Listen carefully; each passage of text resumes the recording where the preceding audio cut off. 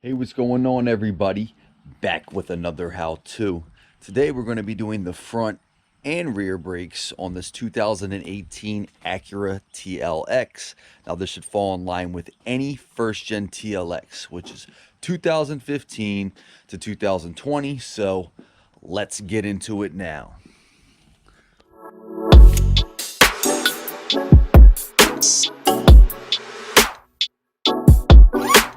All right, guys, so we are here on the passenger side. It's going to be the same for both. I have the vehicle jacked up in the air, so I have it supported and jacked from the front jack support where the tow hook is right there on the front subframe. And then I have jack stands on it on both sides, so we're safe. I have it supported two different ways, and that way we should be good to go. So wheels up in the air. I'm going to go ahead and fire these lug nuts out. Now the lug nuts are a 19 mil, so I have a 19 mil on an impact, and we're just going to go ahead and fire the other four right out. All right, guys, so wheel is off. So we are going to be doing both the pads and the rotors in this job. Now we are going to be replacing the rotors, and these vehicles come equipped with a rotor screw.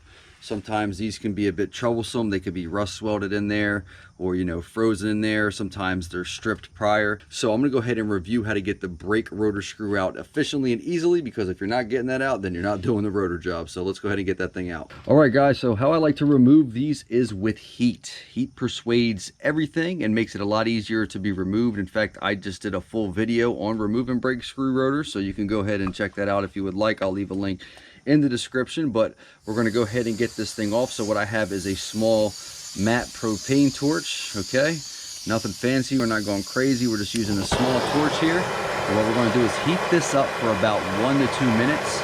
In my experience, for some reason on Hondas and Acuras, these things really are in there, and Phillips is one of the worst choices of drives to use for these screws, but with some heat it should come out no problem. I'm going to use an impact. You could use an impact driver. I'm not a huge fan of impact drivers, but if you heat it up, it should come out either way. So I'm going to let this sit on here for about another minute, and then we're going to fire this thing right out.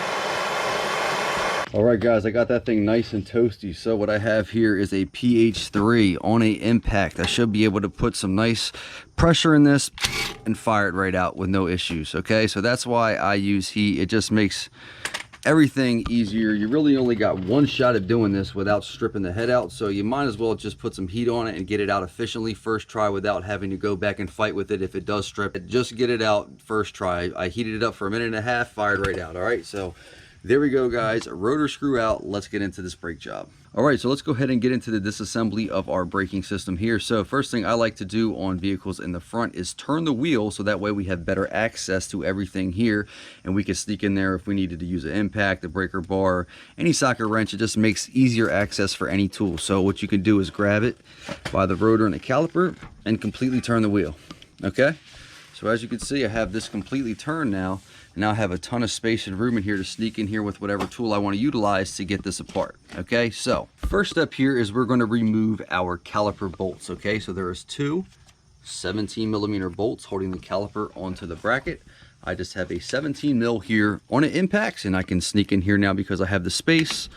And I'm just going to fire both of these right out. This one's a little tighter down here at the bottom, but there we go. All right, got that out. Got this out. Now the caliper is free. You should be able to pull up on it, pull it towards you, slide it right off. Okay, and your pads might fall out, which is okay. I'm going to take this caliper and I'm going to rest it on our strut. Okay, so you can slide it right in on the strut. That way it's out of harm's way, and we'll leave it there until we go to retract it. Now these pads are held in with retaining clamps, so you should have 2 of these retaining clamps, and that's why they go flying, because once you take them off, those clamps push out and they push the pads out. So should be able to pull the 2 pads right out, and you should have 2 of these retaining clamps. Here's my other one that went flying. So there's our pads, guys. Retaining clamps would typically come out and you just pull the pads out, but they probably are going to go flying from that pressure of them holding in the pads underneath the caliper. Okay, so we got our pads out now. Now what we're going to do is go ahead and remove our caliper bracket. So the caliper bracket is held in with 2 bolts as well. Both of these are a 19 mil. So I'm going to go ahead and get in there with a 19 mil in my impact, and I should be able to fire those right out. All right, 19. All right, now this bracket, once I fire this next bolt out, it's free. It's going to fall off. So if you don't want it to fall, what you need to do is hold it while you remove your last bolt. Chose to remove the bottom one last. See, now it's free, and it would have just, you know, fell off if I just wasn't holding it. So make sure you're holding that when you take off your last bolt, and that way it won't go hitting the ground and you'll be good to go. Now all we're left with here is our rotor. Let's go ahead and get this thing off. All right guys, caliper bracket is off. Time to get the rotor off. Now in my case, I'm lucky this rotor is free. Technically this is how it should be. Once the rotor screw is removed, it should be free and you should be able to slide it right off. Now a lot of times this will be rust welded to the hub, so it would be, you know, up against the hub perfect. It'll feel like it's not free, it won't come off, and it needs a little bit of persuasion to come off. Now there's a couple different methods you could utilize in order to get the rotor off. With these particular style rotors, you know, not all cars have this, but you could do this on this particular car. A lot of Acuras have this, is it has screw holes here for you to thread a bolt in. So you could take a bolt, which this is a M8 by 125. You can thread this in and then take a socket wrench and start cranking on it. And what this will do is create pressure up against the hub, and it'll pop the rotor right off. So this is a good option that these cars have in order to remove the rotor. Like I said, not all vehicles have that option, but you know, do have that option if you got a bolt or if you want to go grab one. You could also take a heavier dead blow. So you could take a 3, 4, 5 pound rubber dead blow and you hit around the body of the rotor, and it will, you know, after 3, 4, 5 whacks, it will separate that rust, and then it should be in this loose state and you should be able to pull it right off. Both of those methods will not damage the rotor, so even though we're replacing it, if you had a need to get it off without damaging it, both of those methods will not harm the rotor and you could get it off efficiently without hurting anything. So there's a couple methods you could utilize in order to get the rotor off. Ours is loose, so we can just go ahead, pull it right off. And now we have this fully disassembled. All right guys, so here is our new rotors and new pads. So we got the entire Power Stop kit, which is rotors and pads for both the front and the rear. But I will review them individually just so you have the part numbers if you don't plan on buying the entire kit. So here is the rotor. Part number is JBR1589EVC. Okay, new rotor. Now, these particular Geo rotors from Power Stop, they come dry, but most rotors, like if you get them from Advanced or AutoZone or a parts store, they come with a grease all over them, like oil that you would touch it and your hands will be wet with oil on them. And that is because they put that on there to help prolong the shelf life so they don't rust or anything like that. So you will have to brake clean them prior to installing them. So if you have a rotor that isn't bone dry to the touch, you need to brake clean it with some brake cleaner first, wipe it down really good before you install it. In this case, like I said, these Evolution Geos don't have anything on them, but typically they do. Even some other Power Stop rotors, not this particular line, does have that oil on them. Okay, and we have the pads here. Okay, so new pads. All right, and here is the part number for the front pads. It's 17-1584. Okay, so there is the pads and rotors for the front. Let's go ahead and get these things installed. All right, so back here at the passenger side, we're going to go ahead and do a couple things before we slide that rotor on. So first thing I want to do is just take some brake cleaner, and I'm just going to spray this area down. All right, so I just got a rotor box underneath of it. Let's give it a little cleaning prior to us putting everything back together. Okay, so don't got to go crazy. I just, you know, sprayed some cleaner on it and it should be fine. All right, now next thing we're going to do is go ahead and retract this piston. Okay, so this caliper is painted not well at all, but just to avoid it, you know, getting scratched up and looking like crap, what I want to do is I want to put a paper towel right here. I'm going to grab it down from the strut and we're going to rest it right there on the dust shield. Okay, so there is our caliper. All right, and what we're going to do is go ahead and get this thing retracted. Now there's a couple different tools you can utilize to retract this. Honestly, you can use what works for you. There's different pad separator tools. You could even dual C-clamp this. There's, you know, multiple ways to get this done successfully. I actually have the tool which really should be used. This is a dual piston setup pad separator. Okay, so it's really set up for multiple piston style calipers. It's almost like a ratchet, so you slide it in. It has pad shaped, you know, ends on each side. All right, so what I'm going to do is lock this thing in, and then what it's going to start doing is creating tension on both sides, and then it's going to press. Oh, slid there, which is all right. I'll just hold this so you can see it, and it's going to start creating tension and pressing those caliper pistons in. So we just want them to get about flush. Don't have to go too crazy. If you get them almost flush, they should be fine, and I think that's good right where I got it. Okay, so not much on these at all. Go ahead and back it out. It should pull right out. There we go, fully retracted. So now I can go ahead and slide this right back up into the strut, get that out of our way, and that way it'll be ready for us when we go to put that back on. So caliper pistons retracted, guys. Let's go ahead and get the rotor on. All right, guys, so I got the new rotor here. What you want to do is align that brake hole screw. Even if you damage the brake rotor screw and you're not going to be reinstalling it or whatever the case may be, I would still align it just to help you get the correct orientation. I am going to be reinstalling it. Whoa, fingernails on a chalkboard there. All right, so we got that slid back over, and now what I'm going to do is start the rotor screw in, and that's what's going to hold that in place for us so we don't have this rotor flexing on us while we're reinstalling everything. All right, guys, so just have it here on that PH3 socket that I used to remove it. I'm just going to finger tight this in, get it snug, and then I'm just going to give it a quick trigger of an impact to lock it in, and that should be good to go. Should have no issues with that coming out or being a problematic screw to remove in the future. So it's going to do a very, very small trigger hit. Ready? That's it, guys. That's all you need.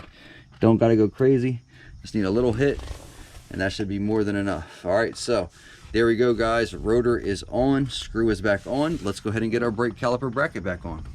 All right, guys, so here is our brake caliper bracket. Now, a couple things you want to note before reinstalling this is, first, you want to check your caliper slide pins. These should have free play. They should move very easily, just as that one is doing. Just check this one. Yep, these are good to go. So they should easily move free, should have no stiffness. They should be really nice and lubricated, and, you know, be free to the touch. Now, if any chance that they aren't, and they're, you know, rust welded in there, you might have to replace the bracket if you can't get it out. But if they're a little tight and they're not feeling, you know, very lubricated, what you can do is use something like this. This is brake caliper slide pin lubricant. You can get it at your local parts store, you know, AutoZone, Advanced, whatever. So you can pull these out if need be. You can pull it all the way out and then, you know, lubricate it and put them back in and make sure they're good to go. But ours are fine. No issues here. We have a good amount of play. They seem fine. They feel good. One other thing is the caliper hardware here, which is these shims. Most brake pads these days come with them, although I like reusing the original OEM hardware, and the reason for that is it usually fits best. Sometimes with these new ones, they kind of get a little bit off, or they're not made perfect, and they, you know, sometimes will touch the rotor and make scraping noises. If you have uncompromised hardware and shims, leave them. They might not be pretty and shiny like the new ones. They might be a little bit rusted and dirty, but I guarantee they're going to fit better than those aftermarket ones will. So that's just my personal opinion. I like leaving the hardware that is OEM on them, as long as it's in good condition and not damaged. All right, so this bracket is good. Just note that you might need to service it if that is the case with yours. We're gonna go ahead and get this started. So I'm gonna slide it back over to rotor. I put one of the 19 mils here at the top. I'm just gonna find the hole and get that started. Should start grabbing and we're good. Go ahead and get this bottom one lined up as well. Get this one going. All right, so that one is started as well. So I think I can get both of these finger tight here, and they'll be nice and snug holding this bracket onto the knuckle, and got both of them tight by hand. All right, so now what we're going to do is torque both of those 19 mils to spec. All right, so what we're going to do is torque both of these 19 mil caliper bracket bolts to spec. Now the torque spec for these 19 mils is 101 foot-pounds. Okay, so have the torque wrench here locked in 101 foot-pounds. Let's go ahead and get this bottom one locked in first. All right, that one is good. We got a click. Let's get this top one. There we go, locked in. So both of our 19 mil caliper bracket bolts are now torqued to 101 foot-pounds. Let's go ahead and get our pads in. All right, guys, we got our new pads here. Now, most brake pad kits these days come with a brake component lubricant, similar to this right here. I would recommend using this. This is a good practice to have when you are doing brakes. Now, what you do is you put it on the contact points where it's going to be making contact with the hardware, and this helps keep noises down and keeps it quiet, so you don't have that, you know, direct metal on metal contact, and it should help give it a nice smooth surface to mate with on the brake caliper hardware itself. Okay, so there is two different style pads. You have this one right here, and then you have the one with the brake wear sensor right here where my pinky is pointing. The one without the brake wear sensor is going to be the front one, so I have this one lubricated up. We're just going to slide this back into the front. All right, it should just fall into place. This one's a little tight here. Let me get, there we go. She was a little tight there, but you can see that's where the lubricant is meeting the hardware. Okay, so that should help you keep any noises down. Now we have the rear pad here. I'm just going to do the same thing, put a little bit of lubricant on both sides. Okay. All right, you don't need a lot, just a little bit spread out. We'll go ahead and slide this rear pad in. Should fall right into place just like that. All right, and there we go, guys. We have both pads installed now. So what we're going to do now is grab our caliper, because we're also going to put it on the contact points where this makes contact with the pads. So we're going to take our brake component lubricant and put it on the caliper pistons. So I have a little bit here. I'll go ahead and put this around the piston where it's going to mate on the pad. Do the other side as well. So both pistons have lubricant on them. And we're also going to do it in the front where it's going to be touching the front pads. So we got a little bit here, a little bit here, and then a little bit there. Okay, so we have that all lubricated up. And now that's ready to be slid over. It's retracted, has component lubricant on it. It's good to go. So the next thing we're going to do here is we need to get our retaining clamps back in. Now, these are pretty stretched out. Once you put them in, it's going to push the pads out. So this is going to be a little tricky, but it's not hard if you just follow what I'm going to do here. So I'm going to take my hand, hold it right in the middle of the pad. So I'm going to put one in here. Okay, there's the little holes in the pads. You'll see them on each side, and they just sneak right in. Okay, so I'll give you a close-up. They just go right in. All right, so we got that bottom one in. I'm going to switch hands. I'm going to put the top one in now. All right, so there, if you can see the hole, put it in the hole. We're going to swing it up to the other one. I'm still holding both sides. And now this is in. Now, look, you see how I'm kind of letting pressure out and just pushing them out? That's what you don't want. Okay, so we're going to go ahead and get this caliper back on, but you're going to have to hold these pads while you're doing so. So what I'm going to do is kind of grab it up towards the top here. I know my hand is kind of blocking the view, but you know, you get the idea. I'm holding it at the top. We're going to grab our caliper. Okay, now what you want to do is start putting pressure on that back pad, so that way that's holding that side in, and now I'm just holding the front, as you can see with my thumb, and then you can slide the caliper over, which holds those retaining clamps all together in position, and you can slide the caliper over, and then it should hold everything together. Okay, so all I did was hold the pads while I was pressing the caliper on, and that in turn takes the pressure off of you holding it and then puts it into the caliper. All right, so now the caliper is on. If you see this hardware, that's how it needs to align. It's, you know, that round part kind of goes with the shape, and then that square end matches up with the square end. We're going to get this bottom one lined up as well. All right, so that should be good to go. Make sure you're not getting caught on the retaining clamps, because actually, this is a good thing that's happened. If you see that clamp is kind of pushing me back, I need to lift that up and get that underneath of it. There we go. So those clamps need to be underneath of the caliper. It shouldn't be fighting you and preventing it from aligning up, essentially. Okay, so now what we're going to do, so I got one of the caliper 17 mils, so I'm going to finger thread that one in, get it started, go ahead and get our bottom one started as well. They should both line up, and they're both started, as you can see here. So what I want to do is finger thread both of these tight, get them oriented as they should be, and then we're going to torque those 17s to spec. All right guys, so if you can see, got both of those finger tight, just lock them in with a socket by hand. And now we're going to go ahead and torque both of those 17 mil caliper bolts to spec. So the torque spec is 53 foot-pounds. I have my torque wrench here locked in, 53 foot-pounds. Let's get this locked in. All right, top one good. This bottom one here. Bottom one is locked in, guys. So we have this fully reassembled now. Entire front is done. We have everything torqued to spec, looking good. So you can also spin this if you want. Once the wheel's back in orientation straight, it'll be a lot easier. You can spin it, make sure you don't hear any wild scraping or noises or anything like that. Yeah, should give it a little bit of noise just like that, and that should be it. That's perfect, guys, exactly what we want. So front is done. Let's go ahead and get the rear done. All right, guys, on to the rear here. Same deal as the front. Lug nuts are a 19 mil.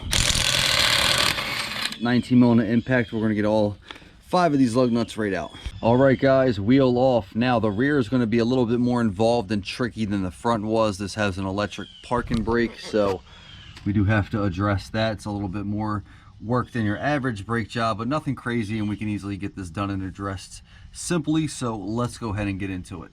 All right, so I'm going to start with getting our rotor screw out first, just as I did on the front. So like I said, heat is your best friend.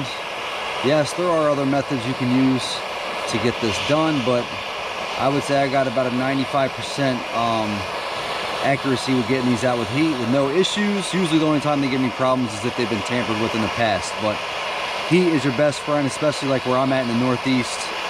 It'll persuade them to come out every time with no issues. So I'm going to heat this up about a minute and a half, and then we'll fire this thing right out.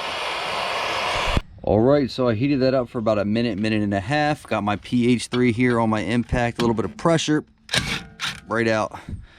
All right, guys, like I said, heat your best friend with those rotor screws. You really only got one shot, make it count. All right, so now that we have that rotor screw out, we're gonna go ahead and get into this assembly of the rear brakes. All right, guys, so as noted, this has an electric e-brake, and it has this actuator assembly here on the back of the caliper. All right, so this actuator is held in with 2 T30 bolts. So there's one right here, and there's one on the other side right there.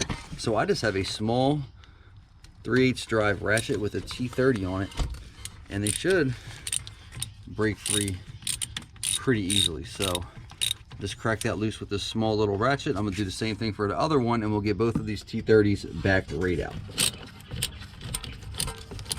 All right, so I have both of our T30s here backed off. Okay, so T30s are out of our actuator, so now our actuator should be able to just pop off. It might take a little bit of persuasion because it is held in with a seal. You can also leave the harness connected. I know some people like to disconnect it. I see no reason to. You don't have to, because we can just simply put it right up here out of our way, and it's done. We don't have to worry about it. Just leave it out of your way up here on the upper control arm, and now we have access to everything we need in order to get this brake job done. All right, so now if we look behind the caliper, so this is where the actuator was, you'll see a Torx head drive in that inner circle there in the rear of the caliper. Okay, so that needs to be retracted in order for us to retract the caliper piston. So it is a T47. Okay, what we need to do here is turn this all the way clockwise until it stops. And what this is going to allow us to do is retract the caliper piston without damaging the electrical components, the piston, or the caliper itself. Okay, so you see, just turning it out manually by hand here with the T47. It's going to take a few spins. All right, and there we go. It's completely deadlocked and stopped. All right, so we need to do that before we proceed on doing anything with this job. So make sure you take your T47 after the assembly of the actuator is off, turn that clockwise, and get that thing locked in the opposite way that it was so we can retract the piston. All right, so there we go, guys. Let's keep it moving. All right, so now that we have the actuator retracted, we can go ahead and remove our caliper bolts and get this caliper out of our way. So it's held in with two 13mm bolts. They also have a T45 torque set in them as well, but I would suggest just using a 13mm. I'm going to take a 13mm on the socket wrench and we're going to back these right off. All right, guys, so 13mm on these caliper bolts. Now, one issue that you're more than likely going to run into is you're probably going to have, if you can see, the caliper slide pin spinning on you once you break that 13 free. Now, that caliper slide pin is a 17mm, although no 17 I got seems to fit in up against that metal, you know, flaring out portion. So what you're probably going to need to use is some thin vices. That's what I got and worked for me. So I just got these thin vices on it, and you're going to hold that, and then from there you can hold the caliper slide pin still in place and then proceed to back out the 13mm caliper bolt, and then you should have no issues from there getting this out, and it should allow you to remove that with no issues, just like that, guys. So I would suggest a small vise, something really thin. Like I said, you can not get a wrench in there unless you got a super thin on a diet wrench.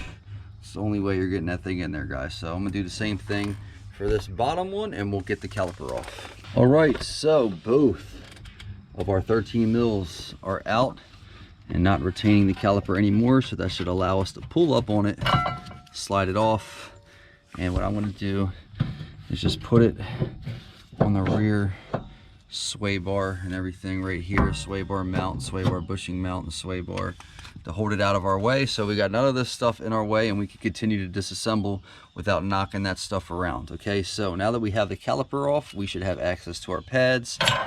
Should pull right out.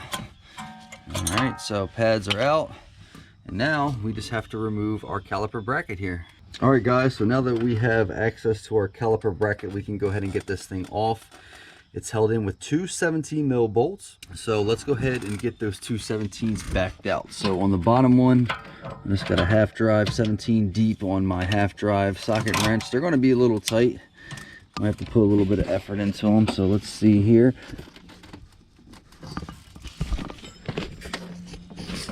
All right, I'm getting it with one hand. There we go. All right, I got that one going, guys. Now on the upper one, I had a little bit of problem sneaking socket wrenches in here due to this nut right here with that cotter pin. Okay, so you're probably gonna have to put a wrench on it. We'll go ahead and get 17mm on that, and we'll get that one broken free as well. All right, guys, I'm gonna try a little trick here that should work, and I've done it with many vehicles, and it's, you know, usually you do this with a wrench, but you could do it with a socket wrench too. I mean, I've done it with both and it's usually pretty successful. So what I'm going to do is take a dead blow here, and I'm going to make a homemade impact, and I'm essentially just whacking this wrench to break that nut free without busting knuckles. You can see it's moving. Okay, I actually got it going, so let me switch it to do it again. Yep. So we are on the passenger side. There we go, it's free. We are on the passenger side. You're gonna have to hit it up to loosen it. Okay, on the passenger side. If we were on the driver, you would be hitting it down. Okay, so just make sure you're going in the right direction, but you can use a rubber dead blow to hit socket wrenches and wrenches to make up almost a homemade impact, so you don't have to sit here and bust your knuckles. And it's pretty efficient, as you just saw, guys. So there we go. I'm just going to go ahead and back these two 17s out, and we'll get this caliper bracket off. All right, guys, so I got the upper bolt out. I got a ratcheting wrench here. We're going to get this bottom one out here, so I'm just going to loosen it up a hair more from when we broke it free. And this is the same deal as the front. Once you remove both bolts, this bracket is free. So this is the last bolt. As soon as I let this last bolt come out, it's free and it could fall. Okay, so make sure you have a grip on it and are holding it when you're removing that last bolt so it doesn't hit the ground. All right, so there is our caliper bracket, guys. That is removed, and all we have left here is the rotor.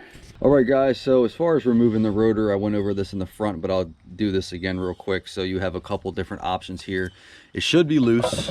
We're lucky here and it is loose, but you might not be that lucky. It might be rust welded to the hub. And if that's the case, you have a couple different options. On this particular rotor, it does have holes. So it has these two holes where you can take a M8 by 1.25 and you can thread this in to the hole, okay? And once you got that going, you can take a socket wrench, crank on it, and it will push out the rotor because it's putting pressure up against the hub, and it'll create that pressure you need for this to separate. So you could use the M8 by 125 method, or you could take a 3 or 4 pound rubber dead blow, hit around the body, break that rust up, and it should free it up. Either way will not damage the rotor, and you should have no issues getting it out quickly with either method. So now that that's good, let's go ahead and pull the rotor off, and we are good. This is fully disassembled, so let's go ahead and get into the assembly. All right guys, so here is our rear pads and rotors. So as I outlined, I did get the full kit that came front and rear, but I will note what the part numbers are individually for both the front and the rear. So here is the rear pads. Part number for the power stop is 171698. And then we have the Evolution coated rear rotors. So here's the rear rotor. Part number JBR 1721 EVC. Okay, so it's our rear pads and rotors. Like I noted in the front, these are dry, these are ready to install, but most rotors come with a oiling coating on them to protect them and keep them clean, preventative from rust and things like that while it's on the shelf. So you will have to brake clean the rotor if you touch it and you got oil on your hands. All right, so make sure you clean it really good, wipe it down.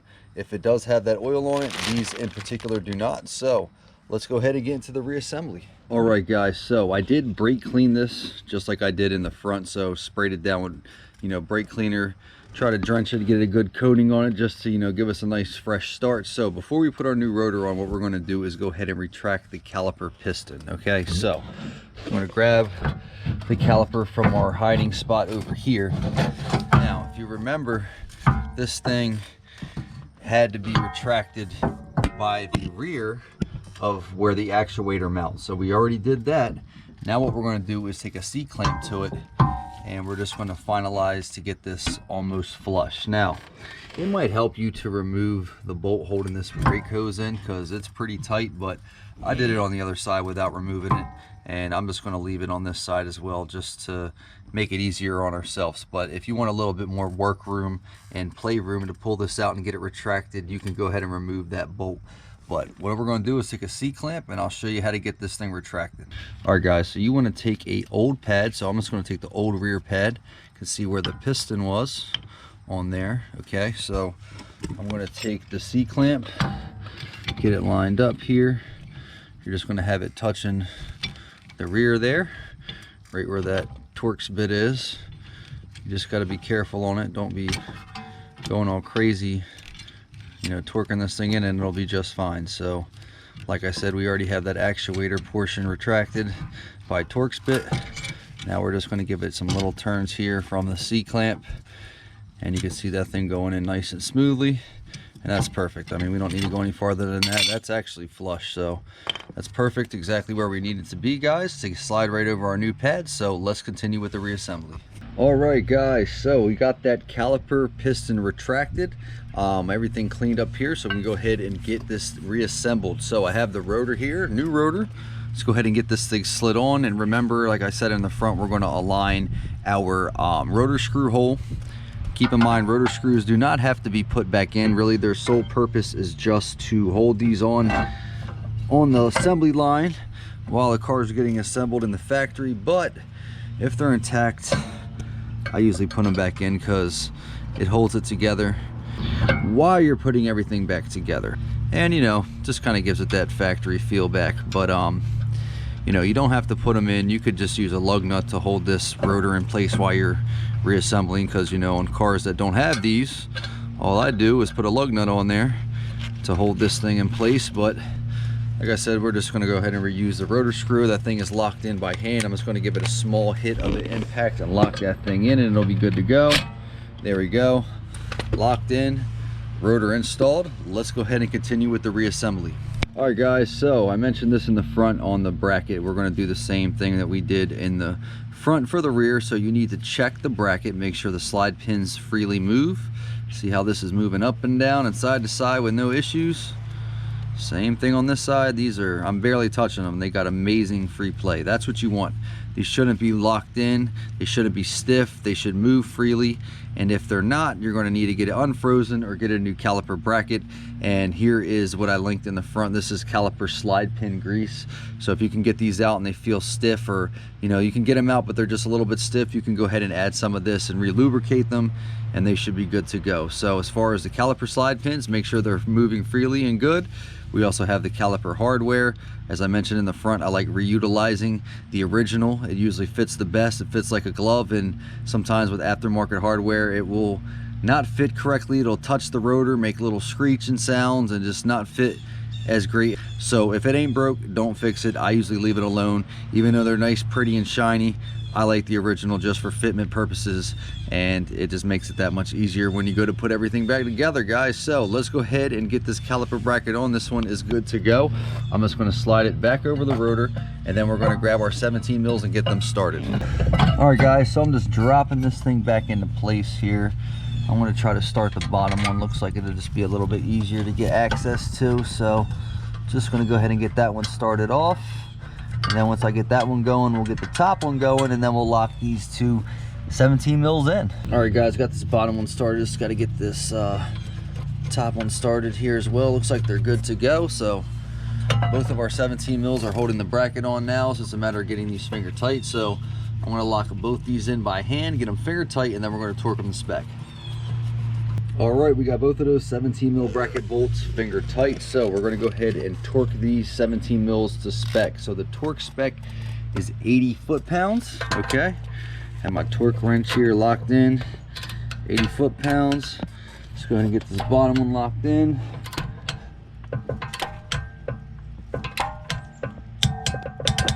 All right guys, got that bottom one locked in. So I just got to get that top one, and we'll have both of these 17 mils torqued to spec. All right, so now that we got that bracket torqued on, we can go ahead and get our pads in. So just as I reviewed in the front, we're going to take a little bit of caliper brake component lubricant, get it on here.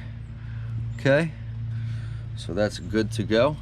So make sure you get that on the pads as I outlined, help prevent noises and anything like that. So we're gonna go ahead and get the one with the brake wear sensor in the rear. So let's go ahead and slide this one back into the rear here. All right, so that pad's in, and then we're going to do the same thing for the front pad, the one without the wear sensor.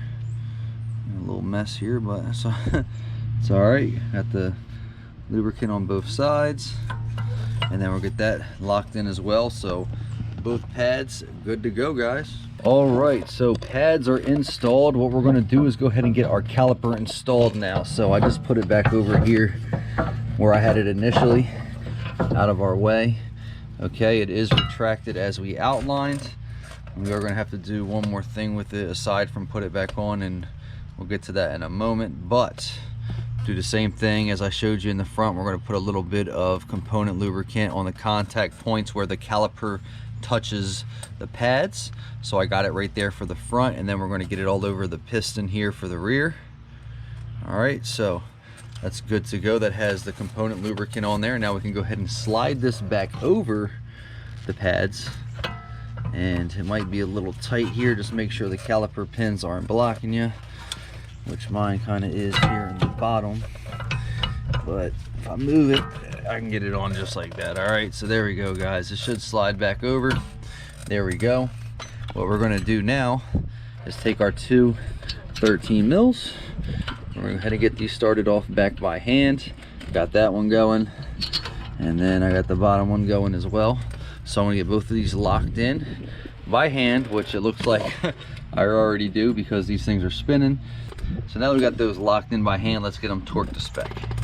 All right, so we're gonna go ahead and torque both of our 13mm caliper bolts to spec on the same method we used to get them off, by holding the slide pins in position with a vice grip. We're gonna have to do in order to reinstall. So I have that locked in on the caliper slide pin, and the torque spec for these 13 millimeter caliper bolts is 26 foot-pounds. Okay, so got my torque wrench here locked in, 26. Let's go ahead and get this thing going here, and we'll lock this in at 26 foot-pounds. That vice grip should be keeping that slide pin still, so you can lock in the bolt, and we should be good here in a second. There we go, guys, 26 foot-pounds, that is locked in. I'm gonna do the same thing for the bottom. Put our vise on the slide pin, get it locked in at 26 foot-pounds, and these 13 millimeter caliper slide pins will be good to go. All right, guys, both 13 millimeter caliper bolts are now torqued to spec. So the last thing we have to deal with here is our actuator, but there's one step we need to do that is crucial before putting the actuator back onto the caliper itself. If you remember, we spun out the actuator here on the back of the caliper. We spun that out in order to be able to retract the caliper piston. Okay, so I have it all the way turned clockwise. What we need to do is turn it all the way back counterclockwise. Okay, so we're just doing the opposite of what we did to begin with, and that was turn it clockwise so we can retract it. Now we're going the opposite way to put it back into position. All right, guys, and once you got this thing fully turned, just give it a little, like 1/8 to 1/4 of a turn back off, because every one I've done out of the three has never been fully turned tight. It's always been a hair backed off. Because if you notice, if it's all the way turned this way, this thing is locked in and won't spin. But if you just back it off that hair, just a little turn, see right there? Look, it moves. That's how it should be. You know, any normal braking setup is not frozen locked. When it's in a, you know, stable state like this, it should have some free play. So like I said, that's how it was when you take it apart. That's how it should be. So you just turn it a hair, back it off from the, you know, deadlocked counterclockwise spot, and you should be good. Make sure you do this. This is crucial. I've seen people say that they've had issues with lights coming on from not doing this. So make sure that you not only turn this clockwise to retract it, but also turn it back counterclockwise once you've completed retracting the piston. Now we have the assembly here for the actuator. I'm just going to drop that back down into position. As you can see, still held in by our harness, and then we just got to get that gear to line up and the splines basically so it takes form onto the actuator there. We're good. I got it in, and then you can have a little bit of movement in play, if you can see how this is moving, to line up the bolt holes, guys. So what I'm going to do is line the bolt hole up, and then we'll get this thing locked in and good to go. All right, guys, so I have the T30s here lined up, finger tight basically, and what I'm going to do is take a T30 on this little socket wrench, and we're going to lock it in tight. So I don't have the spec for these, but you can literally snug them down and they'll be just fine.